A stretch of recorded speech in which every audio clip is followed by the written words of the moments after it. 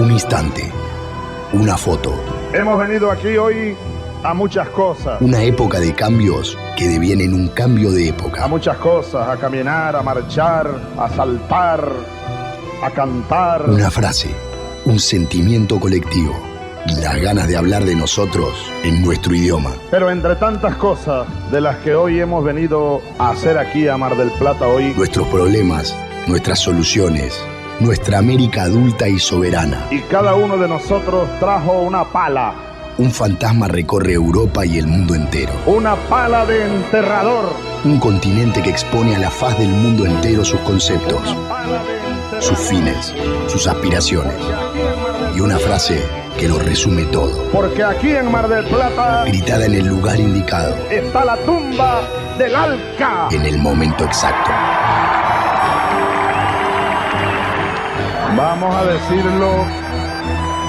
Vamos a decirlo. Alca, Alca, al carajo. A partir de este momento, Alca, Alca, al carajo. las fronteras se abren y la patria se agranda. Esto es Al Carajo. Noticias, política y cultura de América. Esto es Al Carajo. Alca, Alca, Alca, al carajo. Alca, Alca, Alca, al carajo. Esta espada tiene tanta historia que hoy sumará una más. El por qué se demoró en llegar a esta plaza. Llegar aquí, junto a esta espada, para mí es toda una vida, una existencia. Esta espada representa demasiado para nosotros, para nosotras. Y quiero que nunca más esté enterrada. Quiero que nunca más esté retenida. Que solo se envaine, como dijo su propietario, el Libertador, cuando haya justicia en este país. Que sea del pueblo. Es la espada del pueblo. Y por eso la queríamos aquí, en este momento y en este lugar. Quizás para los próximos presidentes y presidentas, cuando se posesionen, se vuelva un hecho permanente, protocolario, simbólico, que los acompañe siempre, que las acompañe siempre la espada libertaria de Bolívar. Empezamos el capítulo 24 de esta temporada 2022 de Al Carajo. No es casual, es causal el empalme de nuestra apertura tradicional con el discurso histórico del No al Alca de Hugo Chávez, que le da nombre a este ciclo, con, en esta oportunidad, otro discurso que veremos si queda para la historia, con verdaderos cambios políticos y sociales que se puedan concretar en la realidad más allá de la palabra, que fue ese de Gustavo Petro en la toma de la presidencia de Colombia, sacando la espada de Bolívar de los mausoleos y mostrándola ante el pueblo, ante los campesinos, ante los ronderos, ante las vendedoras ambulantes, las maestras y los maestros, los y las indígenas, en un acto simbólico y a la vez muy concreto y muy potente en la convocatoria a un cambio verdadero. Colombia va a ser centro de esta emisión de nuestro programa.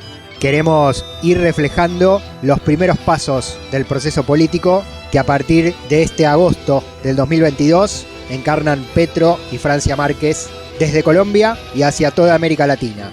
América Latina toda es el objetivo del programa, no solamente Colombia, así que también, como hacemos semana tras semana desde hace 13 años ininterrumpidos, vamos a visitar informativamente, país por país y región por región, de norte a sur y de este a oeste, de la Patria Grande. Mi nombre es Pablo Daniel Ovín, en la conducción y producción periodística del programa, junto con Mavi Sosa en los contenidos culturales y Juan Francisco Martínez Pería en la sección de historia, en esta oportunidad historia y filosofía latinoamericana. Con él estaremos debatiendo y conversando en el transcurso de estos 60 minutos radiofónicos que tenemos por delante. Hacemos este capítulo de Al Carajo desde la Radio de las Madres de Plaza de Mayo de Buenos Aires, Argentina, y lo distribuimos para que se reproduzca en medio centenar de emisoras comunitarias, populares, alternativas, campesinas y también radios públicas y radios universitarias de Bolivia, de Chile, de la República Argentina, de Uruguay y además vía plataformas, aplicaciones y espacios virtuales de internet. Nos vamos directamente y potencialmente a todo el continente y a todo el planeta Tierra. Twitter, Facebook, Instagram, con el nombre del programa Al Carajo Radio, nos encuentran para la comunicación y el ida y vuelta. Tenemos un canal de YouTube también, donde vamos compartiendo cada una de las emisiones de esta temporada y también de los años anteriores, y un sitio de descarga de los contenidos en plataforma iVoox, iVoox.com/Alcarajo 2022, y también pueden ir hacia atrás al material histórico desde esa misma ventana de internet. Recorremos América Latina y el Caribe entonces, en este nuevo viaje. Empezamos con los principales títulos y el desarrollo informativo, pueblo por pueblo, de nuestro continente. Del Atlántico a los Andes, del cerro a la cordillera. Al Carajo. Las noticias de América.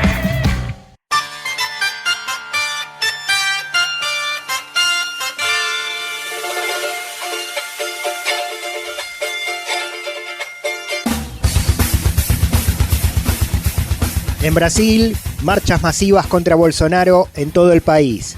Las manifestaciones se desarrollaron de manera simultánea en las ciudades capitales de 20 estados de la República, con las consignas de defender la democracia, la realización de elecciones libres y contra la violencia política. Convocaron organizaciones populares, sociales y sindicales, entre ellos los frentes Brasil Popular y Pueblo Sin Miedo, agrupados en la campaña nacional Fora Bolsonaro. Dicho movimiento se lanzó prácticamente desde el inicio del gobierno bolsonarista, denunciando las políticas de ajuste aplicadas por el mandatario, el crecimiento del hambre, la pobreza y el desempleo, y el abandono del Estado durante la pandemia de COVID-19.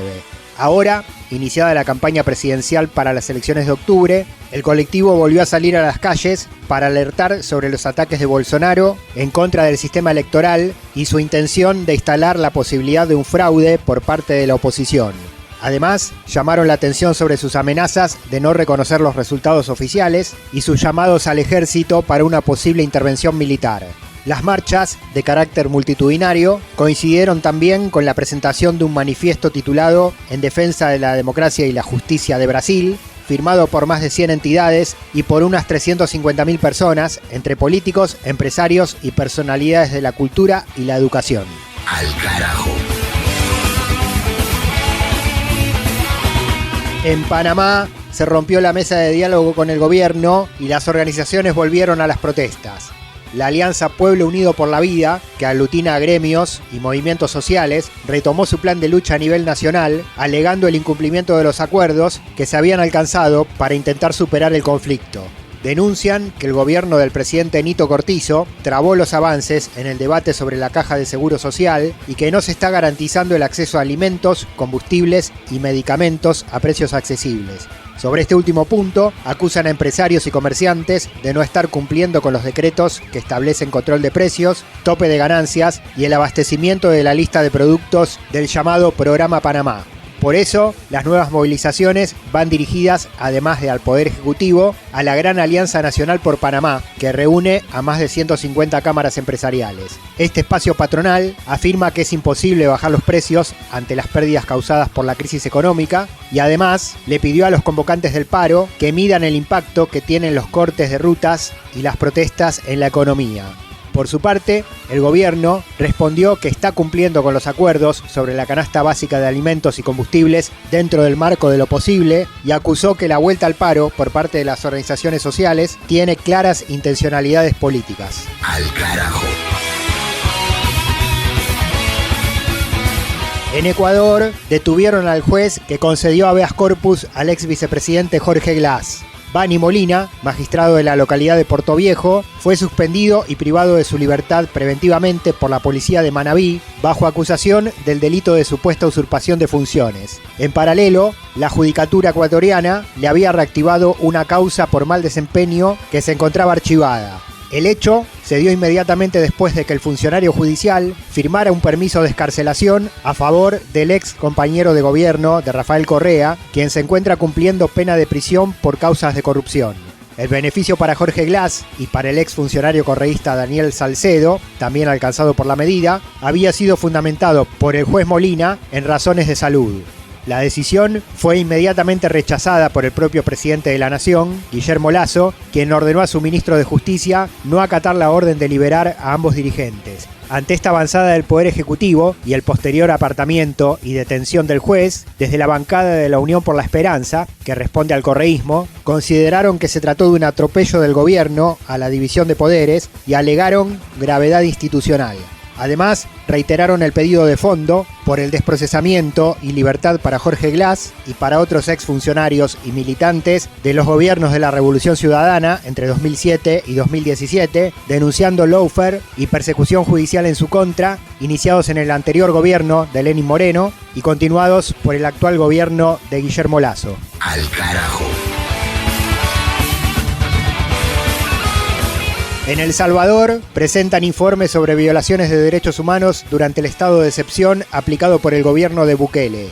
La investigación fue elaborada por el Observatorio de Derechos Humanos de la Universidad Centroamericana y abarca los primeros 100 días de aplicación de la medida, que fue presentada por el Poder Ejecutivo como una herramienta para combatir a la delincuencia y a las pandillas. Entre las irregularidades relevadas por la institución se constataron arrestos arbitrarios, desapariciones forzadas, malos tratos y torturas por parte de las autoridades policiales y militares intervinientes en los procedimientos.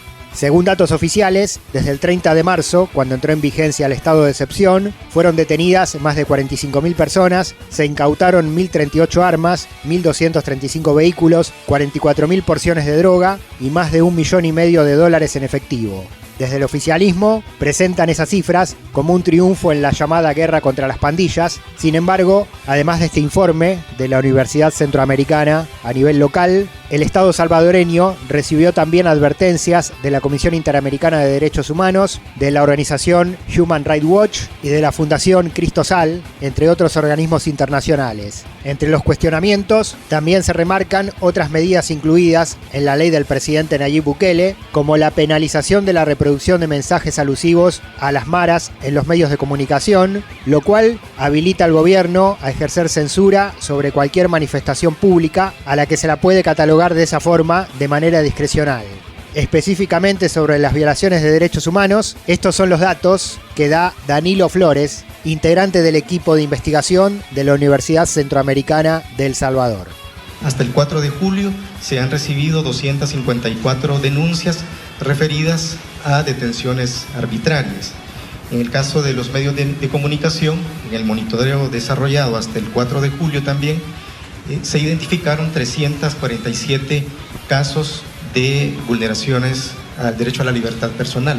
En el caso de la Procuraduría para la Defensa de los Derechos Humanos, 1.673 referidas específicamente a detenciones arbitrarias, aunque hay un universo mayor de 1.981 denuncias sobre el derecho a la libertad personal. Y en el caso de Cristosal, ellos reportan 2.023, estos son datos de personas víctimas de un total de 1.941 casos que ellos han logrado recopilar en este periodo. En esas condiciones es difícil que pueda garantizarse el respeto al derecho de audiencia y el derecho de defensa y la presunción de la inocencia. De norte a sur, de este a oeste. Al carajo. Un viaje por el continente. Y después de las primeras noticias y las primeras voces de este capítulo de Al Carajo, llega la música. La presenta nuestra compañera Mavi Sosa, a quien le damos la bienvenida y la entrada a los micrófonos del programa. El destino es Guatemala y la voz es de las mujeres del pueblo. Sara Curruchich es la primera cantautora indígena guatemalteca en llevar sus cantos en cachiquel, su idioma materno, y español a nivel internacional.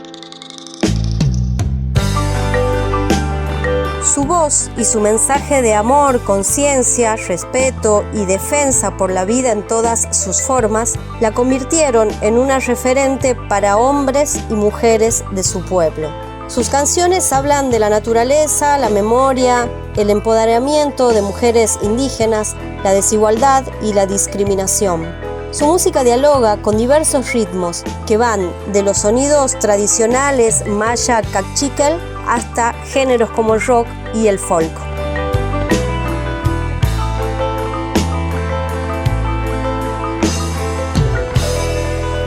Con todos esos condimentos, entonces, a Guatemala con la música en Al Carajo.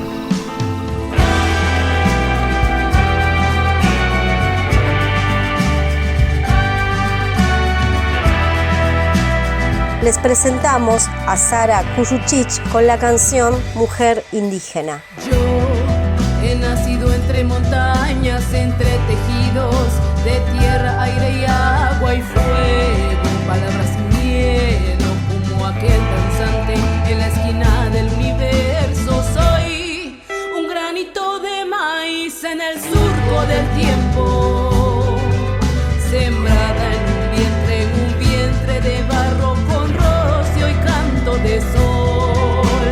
Esto es lo que soy, esto es lo que soy. Como mis abuelas con su alma guerrera, como la tierra, yo tengo piel morena. Soy mujer indígena, nieta de la luna. Esta es mi fuerza. Como mis abuelas con su alma guerrera, como la tierra, yo tengo piel morena. Soy mujer indígena, nieta de la luna. Esta es mi fuerza.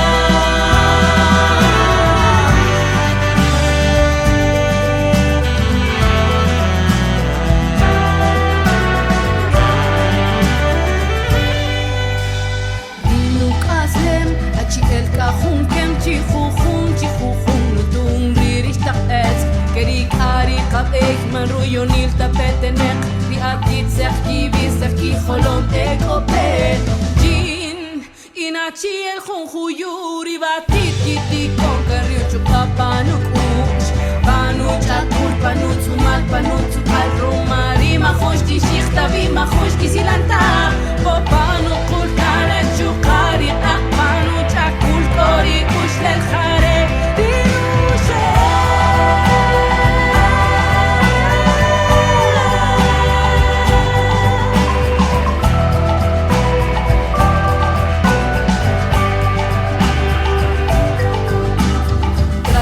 camino en mis entrañas la historia de mi abuela, de mi madre, mis hermanas. Sin miedo ante el sistema, resistiendo estamos. Nos reafirmamos, aquí seguiremos levantándonos con latido fuerte, con latido valiente, con latido de fuego, con digno latido rebelde. Esto es lo que soy. Como mis abuelas con su alma guerrera, como la tierra, yo tengo piel morena. Soy mujer indígena, nieta de la luna. Esta es mi fuerza. Como mis abuelas con su alma guerrera, como la tierra, yo tengo piel morena. Soy mujer indígena, nieta de la luna. Esta es mi fuerza. Esta es mi fuerza. Esta es mi fuerza.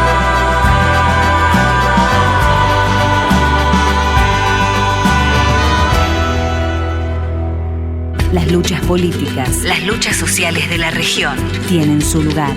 Al Carajo.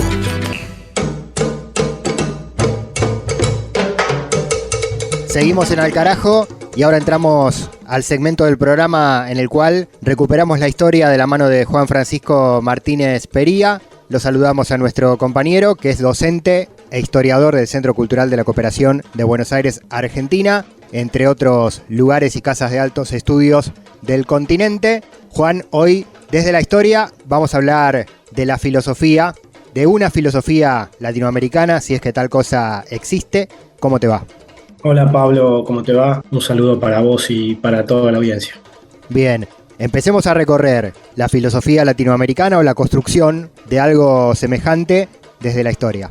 Sí, bueno, un poco retomando lo que la pregunta que vos hacías, ¿no? ¿Existe una filosofía latinoamericana? Y justamente lo que uno podría decir es que históricamente y sistemáticamente nuestras universidades y las universidades occidentales han tendido a negar la existencia de una filosofía latinoamericana, ¿no? La idea de la filosofía que se ha construido de manera hegemónica a nivel occidental y global es la filosofía europea, ¿no? La filosofía europea, como siempre, como la historia europea, se presenta como la historia universal, y entonces las regiones periféricas, América Latina, África, Asia, no tendrían filosofía, ¿no? Y particularmente en las regiones periféricas surgió durante distintas épocas el debate sobre la existencia de una filosofía latinoamericana, también africana. Por ejemplo, después de las independencias hubo mucho debate si existía o no una filosofía africana, si era posible construir algo como eso. Y en América Latina este debate fue intenso, sobre todo en el siglo XX, a mediados del siglo XX, pero esto ya tiene antecedentes en el siglo XIX, sin hacer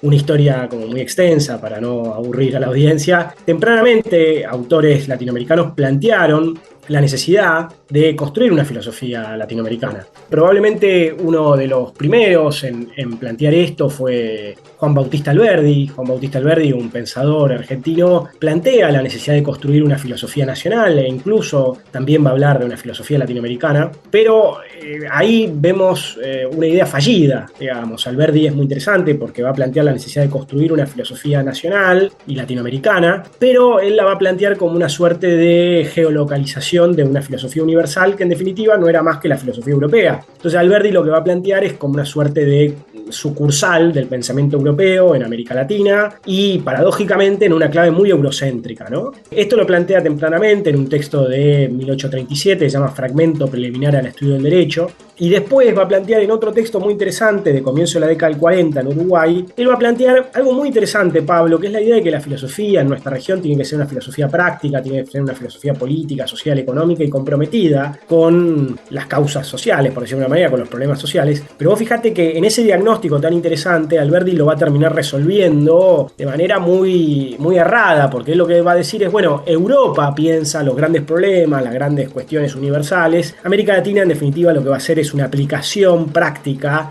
de esa filosofía universal, ¿no? Entonces, una de las primeras voces que uno podría decir que explícitamente plantea la idea de una filosofía latinoamericana lo resuelve de forma muy fallida. Después, en el siglo XIX hay otros autores como Simón Rodríguez, que va a plantear también la idea de una filosofía, pero ya en una clave mucho más original y emancipada. El autor Francisco Bilbao también va a plantear muy tempranamente, en la década del 50 y la década del 60, de la necesidad de pensar una filosofía latinoamericana, una filosofía crítica, ya en un sentido más descolonizador. Pero sobre todo la filosofía latinoamericana con más fuerza va a ir surgiendo en el siglo XX, digamos, en distintas partes. Fundamentalmente, inicialmente uno de los lugares de génesis de la filosofía latinoamericana va a ser en México. En México hay un autor muy, muy importante que llegó a cumplir roles institucionales muy importantes en la UNAM, que fue Leopoldo Sea. Leopoldo Sea es como, de alguna manera, uno de los padres de la filosofía latinoamericana moderna. Y Leopoldo Sea va a estar muy influido por dos autores españoles, paradójicamente.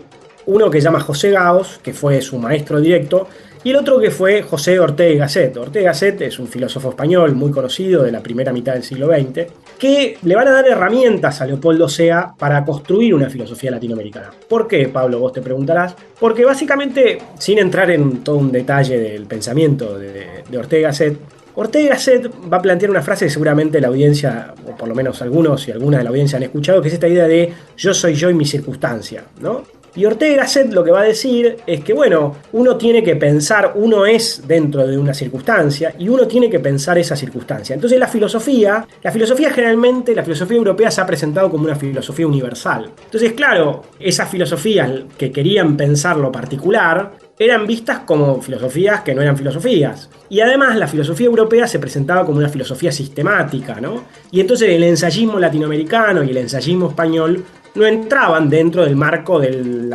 tratado tipo Hegel o Heidegger, etcétera, etcétera. Y justamente lo que va a plantear Ortega y Gasset es que, bueno, en realidad hay que pensar la circunstancia, que el mundo no es un universal abstracto, sino que el mundo está lleno de circunstancias, por decirlo de alguna forma, y que uno es dentro de esa circunstancia, y la comunidad es dentro de esa circunstancia, entonces la filosofía puede pensar esa circunstancia.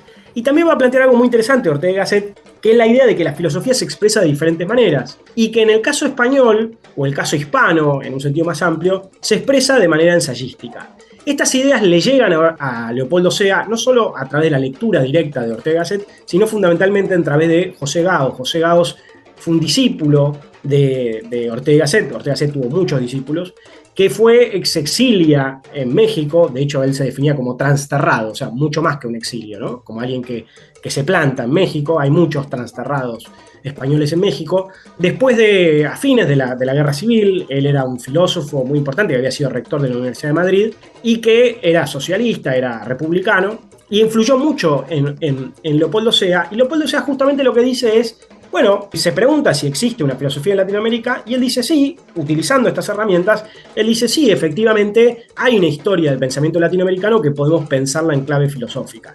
Y ahí Leopoldo Sea empieza toda una trayectoria muy, muy importante de recuperación de la historia de las ideas latinoamericanas en una clave filosófica, intentando mostrar que había una larga tradición que había sido negada sistemáticamente por la perspectiva eurocéntrica y colonial que predomina en nuestras universidades. Ahora, andando en el tiempo, hay muchas figuras que aparecen acá, pero para salvar las distancias y acelerar un poco el ritmo, sobre todo el debate sobre la existencia de la filosofía latinoamericana va a eclosionar en la década del 60, fin de la década del 60 y comienzo de la década del 70. ¿No? Pablo, nos tenemos que situar en un mundo convulsionado y en una región convulsionada, ¿no? Tenemos la Revolución Cubana y su enorme influencia en América Latina, tenemos la descolonización de África y Asia, tenemos, ¿no?, las juventudes radicalizadas, bueno, tenemos movimientos guerrilleros, tenemos un momento de gran ebullición. Y en América Latina hubo un despertar intelectual muy fuerte que se expresó de múltiples maneras, ¿no? La teología de la liberación, las teorías de la dependencia, la pedagogía del oprimido, la sociología de la liberación, ¿no? Toda una serie de perspectivas vinculadas con lo que se conoció como la nueva izquierda, como un proceso de descolonización, etcétera, etcétera. Y ahí aparece, esto influye también en la filosofía. Y ahí aparece un texto muy interesante de un autor joven peruano que llamó Augusto Salazar Bondy. Augusto Salazar Bondy escribió un textito muy breve que se llama ¿Existe una filosofía de nuestra América? Y lo que él hace ahí es un recorrido histórico por el pensamiento de nuestra región, planteando que no existe un pensamiento filosófico de nuestra América, porque en realidad lo que hubo sistemáticamente fue copia, ¿no? Fueron sucursales del pensamiento europeo, meros reflejos del pensamiento europeo, y entonces lo que él plantea es que, claro, al haber una región dependiente, lo que hay es una filosofía dependiente. Y lo que él plantea entonces es que si efectivamente nosotros queremos pensar una filosofía en una clave nuestra americana propia, lo que hay que hacer es construir una filosofía de la liberación que rompa y aporte a romper con esa dependencia. A este librito muy cortito le responde Leopoldo Sea en un debate muy interesante con otro librito cortito también, que les recomiendo mucho a la audiencia que encuentren. Lamentablemente, Pablo, como sigue funcionando el eurocentrismo en nuestro mundo cultural, estos libros no son de fácil acceso, no se encuentran fácilmente en las librerías, ¿no? En las bibliotecas puede ser, pero lamentablemente en las librerías, si vamos a buscar filosofía, lo que vamos a encontrar mayoritariamente son autores europeos, y estos autores lamentablemente no van a estar, pero bueno, les recomiendo que lo busquen por lo menos por internet o en alguna biblioteca. Leopoldo Sea le contesta a Augusto Salazar Bondy planteándole que efectivamente ha habido en la historia de América Latina una permanente mímesis, pero que también ha habido un desarrollo propio, particular, marcado por las circunstancias. En este libro se llama La filosofía latinoamericana como filosofía sin más, ¿no? Y a partir de ese debate, particularmente en la Argentina, particularmente lo que se conoció como el Segundo Congreso Nacional de Filosofía, el primer congreso fue en 1949, en el marco del peronismo, un congreso muy importante. Este segundo congreso se dio en Altagracia. Ahí va a ir surgiendo un grupo que va a ser el fundador de lo que se conoce como la filosofía de la liberación. La filosofía de la liberación es de alguna manera expresión de ese gran momento de ebullición antiimperialista y descolonizador que había en la región, y ese grupo va a plantear justamente la necesidad de pensar la filosofía en una clave latinoamericana y en una clave de liberación y de emancipación y de descolonización, ¿no? Asumiendo el debate anterior, asumiendo el debate de Augusto Salazar Bondy y asumiendo las posturas de Leopoldo Sea, este grupo de jóvenes filósofos y filósofas van a ir planteando distintas miradas, ¿no?, de pensar lo latinoamericano en esta clave. Ahí tenemos autores y autoras muy importantes como Enrique Dussel, Mario Casalla, Rodolfo Kusch, del cual se están cumpliendo 100 años de su nacimiento, Arturo Andrés Roy, también se cumplen 100 años de su nacimiento, Dina Picotti, Juan Carlos Scanone, que falleció hace poco, Horacio Cerruti Gulbert, una serie de jóvenes filósofos que van a plantear esta idea de construir una filosofía desde nuestra región. Ahí hay básicamente distintos proyectos, no todos plantean lo mismo. Hay algunos que van a estar más cerca de esta idea de recuperar la historia del pensamiento latinoamericano, esta idea de que hay una historia previa que debe ser recuperado. Hay otros autores, por ejemplo, recordemos que estamos en el marco de la Argentina, en una época muy convulsionada por el peronismo y el peronismo de izquierda. Hay algunos que están cercanos al peronismo, entonces van a intentar construir una filosofía a partir de la experiencia de lo popular. Hay otros autores como Rodolfo Kusch, que fue un filósofo muy importante, que va a intentar construir lo que podríamos llamar una suerte de antropología filosófica, recuperando la trayectoria y la cosmovisión de los pueblos originarios, y otros autores de cuño más abiertamente marxista, ¿no? Pero lo interesante ahí es que a partir de ese congreso, a partir también de la fundación de una revista llamada Nuevo Mundo, emerge, digamos, esta idea de una filosofía latinoamericana comprometida con los procesos revolucionarios y comprometida con los pueblos y comprometida con la idea de liberación, ¿no? Ahí, a pesar de los antecedentes que comentábamos antes, claramente es el momento de mayor autoconciencia, por decirlo de una manera, y de la necesidad de pensar, digamos, desde nuestra región en una clave filosófica. Lamentablemente esa experiencia quedó cortada, digamos, ¿no?, como también la teoría de la dependencia y otras experiencias, debido a los golpes militares, debido a los exilios. Hubo un encuentro importante posteriormente en México que hizo lo que se conoce como la Declaración de Morelia de 1975, y cada uno de estos autores después, bueno, fue continuando sus propias trayectorias, pero eso quedó como un hito muy importante.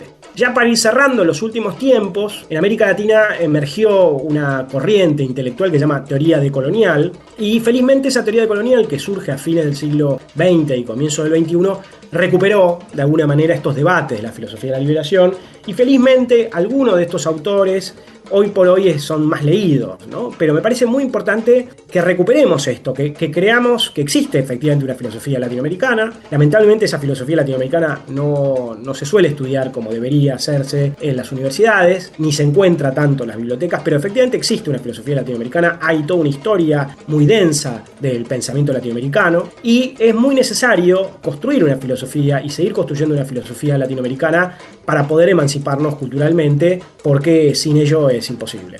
Bien, muy interesante. Me quedé con lo de la filosofía de la liberación como signo de la filosofía latinoamericana o su construcción. Puedo agregar filosofía popular o una construcción de un pensamiento filosófico que pueda permear y llegar a los sectores populares y romper los círculos académicos del pensamiento. Me parece que eso es clave también en esa construcción. Me voy a permitir, Juan, volver a traer al aire de Al Carajo a Hugo Chávez Frías, ¿no? Vos has contado en reiteradas oportunidades la importancia, además de políticamente y socialmente y económicamente del proceso chavista, de la recuperación que hizo Chávez histórica.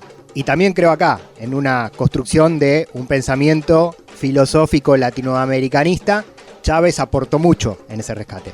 Sí, Chávez no solamente aportó, digamos, con su militancia política, por decirlo de alguna manera, con su discurso político, sino que efectivamente aportó a la construcción, por ejemplo, de la editorial El Perro y la Rana, que fue importantísima en términos de difusión cultural de ideas, y también, por ejemplo, creó el Premio Libertador al pensamiento crítico latinoamericano, ¿no?, que, por ejemplo, se lo otorgaron a distintos filósofos latinoamericanos como Enrique Dussel, Frank Hinckelamert y otros, ¿no?, como una forma de reconocimiento, ¿no? Así que Chávez fue fundamental y la Revolución Bolivariana fue fundamental.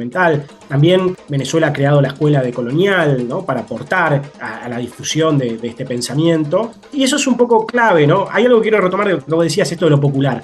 La filosofía de la liberación y la filosofía latinoamericana, en su vertiente más crítica, siempre se pensó como un intento de pensar desde lo popular, ¿no? De justamente no pensar desde Europa, no pensar desde las élites, romper con ese eurocentrismo y ese elitismo tradicional y pensar de lo popular. De diferentes maneras, digamos, hay autores y autoras que lo han planteado de diferentes formas, pero ha sido una clave fundamental. Por ejemplo, como decíamos antes, Rodolfo Kusch tiene un libro muy clásico que les recomiendo mucho, se llama La América Profunda, ¿no? Donde él intenta pensar y construir una filosofía desde la convicción de los pueblos andinos.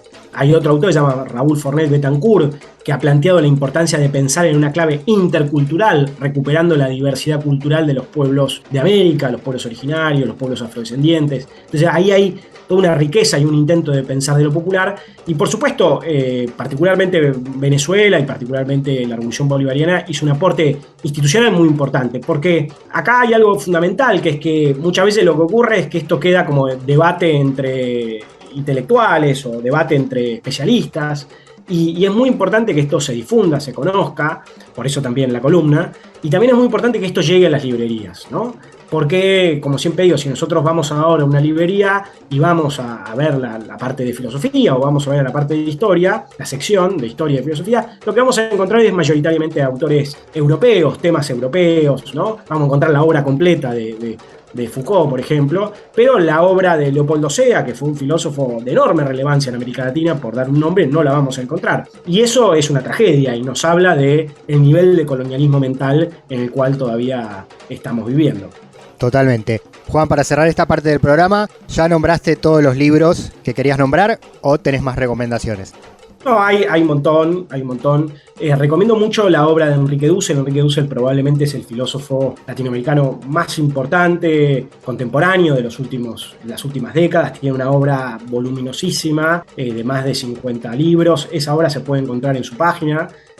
Pueden buscar a Enrique Dussel y entran a la página, ahí está toda su obra. Él es el máximo exponente de la filosofía de la liberación. Tiene un libro que se llama Filosofía de la Liberación, otro libro que se llama Ética de la Liberación, otro libro que se llama Política de la Liberación. Bueno, ha trabajado muchísimo en ese sentido. Después recomendar algunos libros que son como manuales, por decirlo de una manera, de la filosofía latinoamericana. Hay un libro que se llama Historia del Pensamiento Filosófico Latinoamericano, de Carlos Borlegui. Hay otro libro monumental que se llama El Pensamiento Filosófico Latinoamericano del Caribe y Latino, que es una compilación de Enrique Dussel, Eduardo Mendieta y Carmen Borges. Carmen Borges fue muy importante en la Revolución Bolivariana como ministra de Cultura de Chávez. Después hay otro libro de Arturo Andrés Roy, que también es un filósofo argentino que se cumplen 100 años de su nacimiento, que se llama Teoría y Crítica del Pensamiento Latinoamericano. Y de Leopoldo Sea, ya para terminar, recomiendo dos libros. Uno se llama El Pensamiento Latinoamericano y otro se llama La Filosofía como Compromiso de Liberación. Hay mucho para leer, recomiendo mucho, para seguir descolonizándonos, ¿no? También en filosofía. Bueno, el problema es que no nos alcanza el lapso de una vida humana para leer todo lo que tenemos que leer, así que están buenos estas charlas con Juan Francisco Martínez Pería para aproximarnos, además de poder recurrir a la bibliografía y los libros. Juan, como siempre, muchas gracias, muy interesante. Hoy historia y filosofía latinoamericana también en Al Carajo. Muchas gracias a vos, Pablo, nos estamos viendo. Un abrazo para vos y para toda la audiencia. Continuamos con el programa. Al Carajo. Una mirada al sur desde el sur. Al Carajo. Al Carajo. Identidad, música y cultura de América Rebelde.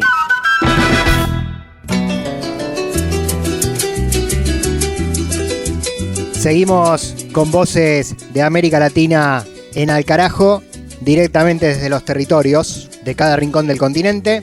En esta oportunidad, desde Colombia. Volvemos sobre el cambio de gobierno y la flamante gestión de Gustavo Petro y Francia Márquez.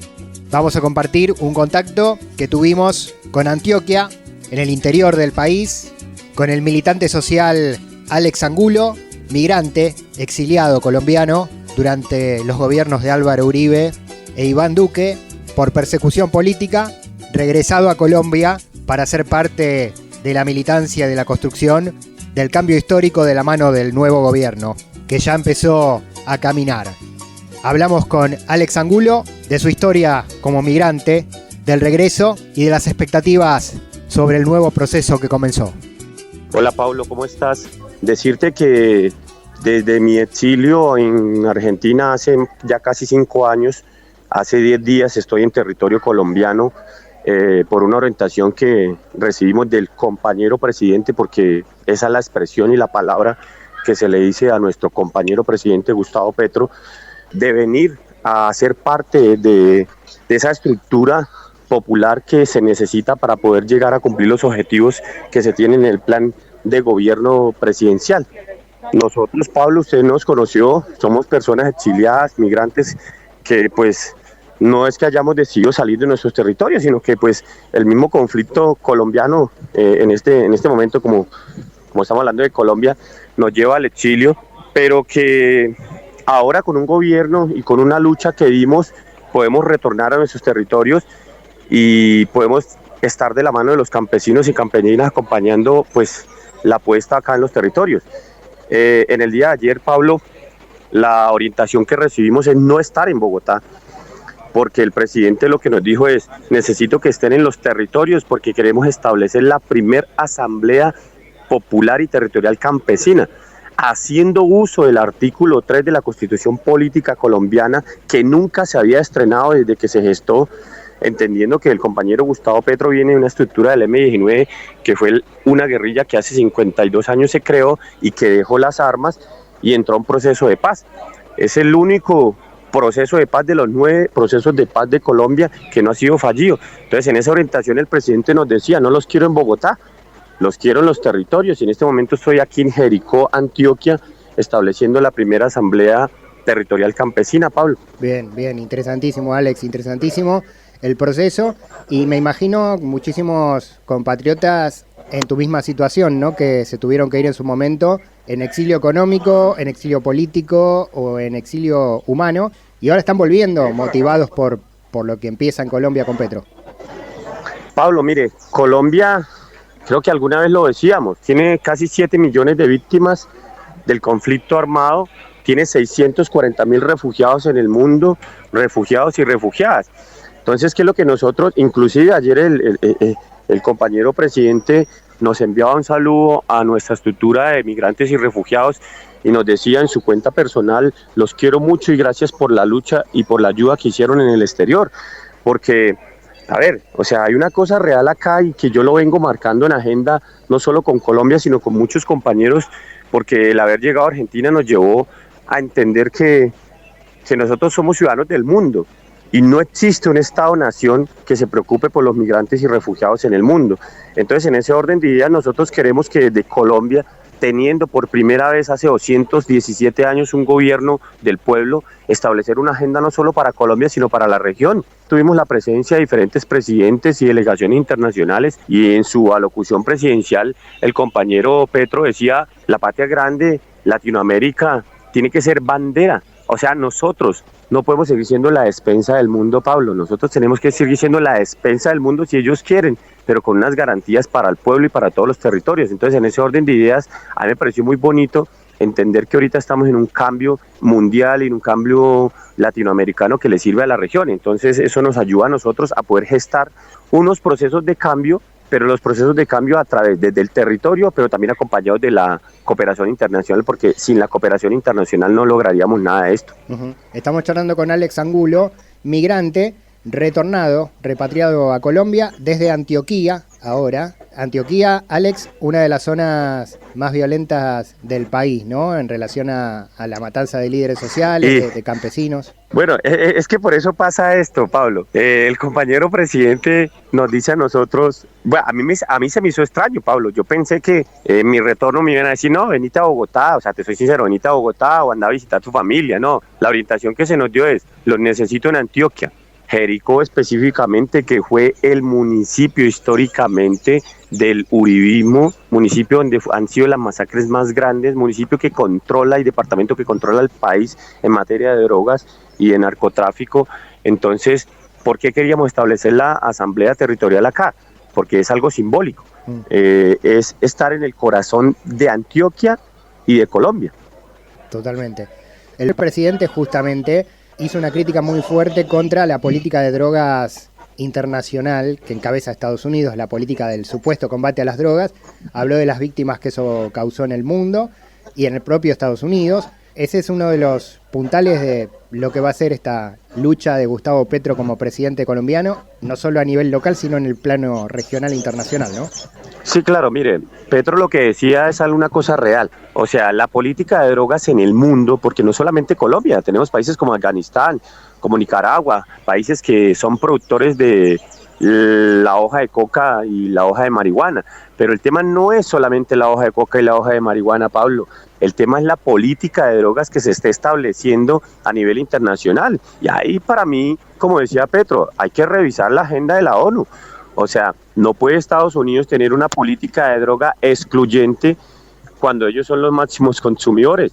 Y yo me baso no en lo que dice Alexander, lo que dijo ayer el presidente Gustavo Petro, bajo unas estadísticas. No podemos seguir siendo nosotros el patio trasero en Latinoamérica porque la política de droga nos estigmatiza. Entonces me parece que la agenda en este momento, no solo para Colombia y para la región, se viene marcando en una cuestión de que no puede seguir siendo la droga el combustible de Latinoamérica.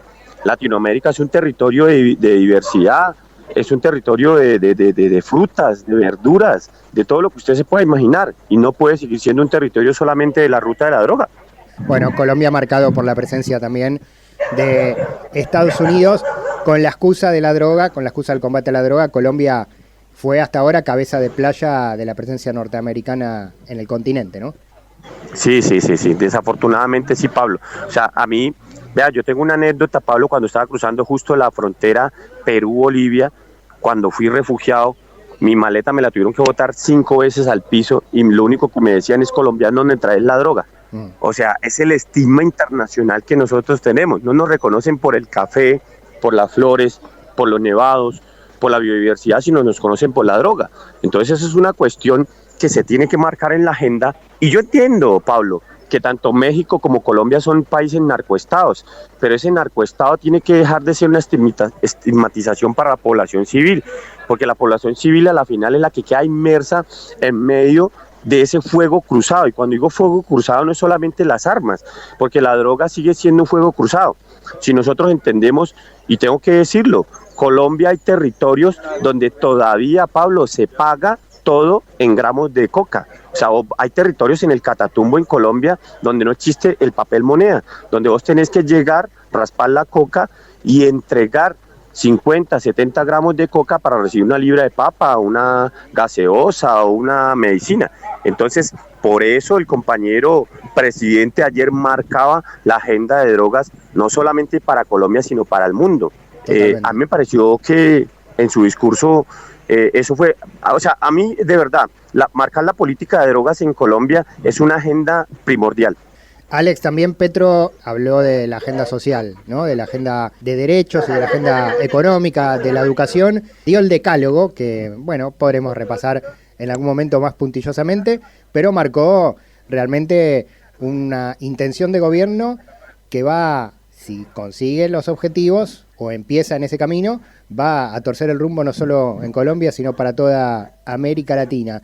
Te pregunto por último, te agradecemos mucho el contacto y te liberamos ahí para esta militancia que te toca en Antioquia, en esta batalla para la construcción de una transformación real del país, del querido país hermano de Colombia. Te pregunto expectativas del pueblo colombiano. Petro ganó la segunda vuelta, pero casi una mitad del país se volcó a la opción derechista de lo que era su rival en ese momento. ¿Cómo ves en el corto plazo la equidistancia o la relación de fuerzas entre quienes apoyarán a Petro en la transformación o quienes querrán conservar el status quo? Mire, Pablo, hay una cosa real. Ser gobierno es difícil. Llevábamos 200 y pico años que no éramos gobierno. Cambiar la cabeza y el discurso, inclusive ayer me dieron la oportunidad en Antioquia de hablarle al pueblo acá, y la verdad me costaba, Pablo, porque tener ese chip de siempre estar demandando al Estado y en sus discursos y en nuestras peticiones y en nuestra misma forma de pensar y nuestra vida, siempre ser oposición, es difícil en estos momentos para nosotros. Ahora imagínate para el pueblo, Pablo. Hay una polarización muy grande en Colombia y yo creo que eso es una de las luchas sociales más difíciles que tenemos que afrontar tanto los líderes como el pueblo colombiano, porque no podemos seguir siendo polarización cuando la polarización fue lo que nos llevó a que el estallido social se lleve. O sea, Colombia una de las cosas que llevó a que haya un estallido social es la polarización.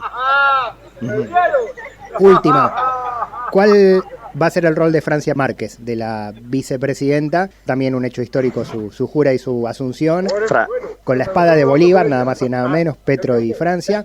¿Cuál va a ser su papel? Bueno, aquí hubo algo simbólico, Pablo. Primero que todo, la espada de Bolívar. O sea, la espada de Bolívar tiene que estar desenvainada, Pablo. Eso lo decía Bolívar, hasta que desde arriba, desde la Guajira hasta la Patagonia no estén libres, no podemos guardar y oxidar esa espada de Bolívar como un acto simbólico, como lo quería San Martín y como lo quería Bolívar. Ahora, el rol de la compañera Francia es un rol muy importante, es un rol de las mujeres campesinas afro invisibilizadas no solo en Colombia, sino en cada rincón de Latinoamérica y el mundo. Compañera ambientalista, Colombia no tiene que elegir solamente la minería como una sola forma de economía. Colombia es un país donde se puede ejercer la minería, porque hay que tener una cosa clara, Pablo, nosotros no podemos ser escépticos de los procesos de cambio y de reformas, pero hay que revisar las agendas mineras. No podemos privilegiar y seguir privilegiando a grandes mineras que son de procesos extractivistas, y esa es la agenda que viene acompañando la compañera Francia Márquez. Entonces a mí me parece perfecto que Gustavo Petro haya escogido una fórmula como Francia Márquez a la vicepresidencia, y que nosotros podamos tener una vicepresidenta y en su momento presidenta afro, mujer y premio Nobel de Medio Ambiente. Entonces me parece que la agenda se equilibra en ese sentido. Totalmente. Alex, te agradecemos mucho nuevamente el contacto. Vamos a recurrir a vos, a ustedes, de manera permanente para contar lo que pasa en Colombia. Sabemos también que los medios de comunicación hegemónicos nos van a contar una historia tergiversada del país, así que queremos el recurso directo de la militancia allá en los territorios. Tal cual. Bueno, Pablo, le agradezco muchísimo a usted. Yo siempre digo una cosa y no me va a cambiar mi forma de pensar. Los medios alternativos son los que pueden decir la verdad de lo que transgiversan los medios hegemónicos. Un gran abrazo, Alex. Lo mismo, Pablo. Alex Angulo, militante social colombiano, militando los primeros pasos del nuevo gobierno de Gustavo Petro y Francia Márquez. Compartimos este contacto con él directamente desde Colombia, aquí en Alcarajo. Ni tratados de libre expoliación, ni tratados como incapaces. Alcarajo.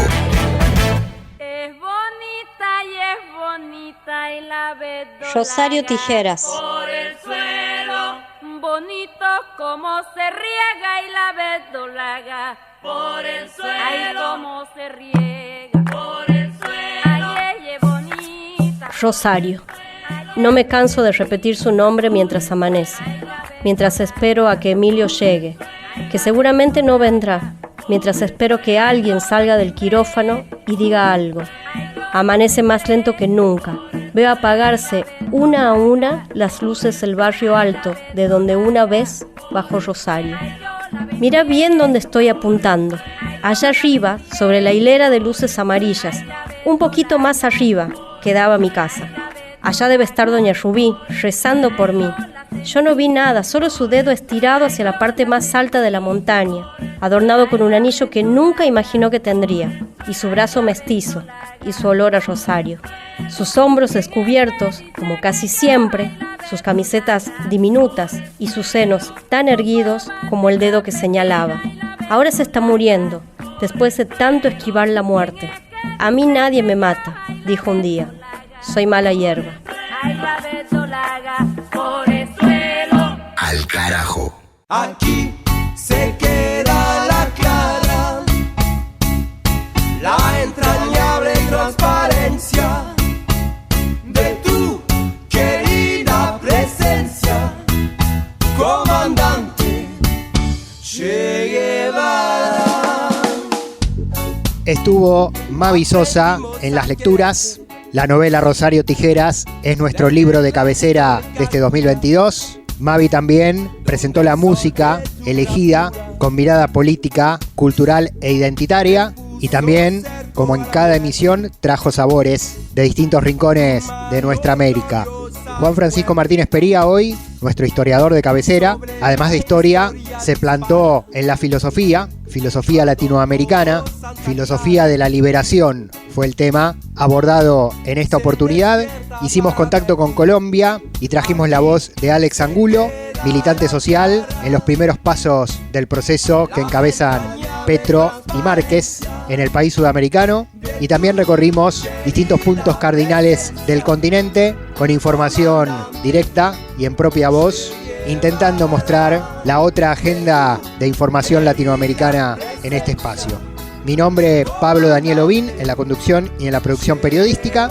Generamos este programa desde la Radio de las Madres de Plaza de Mayo de Buenos Aires, Argentina, con retransmisión en medio centenar de emisoras comunitarias, cooperativas, populares, rurales y radios públicas y universitarias también, de Bolivia, de Chile, de Argentina, de Uruguay y vía plataformas de internet, sonando también para todo el planeta. Fue nuestro capítulo 24, temporada número 13, recorriendo el mes de agosto del 2022. Nos encontramos en nuestra próxima emisión, en este aire, en exactamente una semana, mismo día, misma hora y mismo dial que el que nos escuchaste en esta vuelta. Esto fue El Carajo, será hasta nuestro próximo encuentro. Muchas gracias. Te conduce a nueva empresa, donde espera la firmeza de tu brazo libertario. Aquí se queda la clara, la entrañable transparencia de tu querida presencia, comandante Che Guevara, de tu querida presencia, comandante Che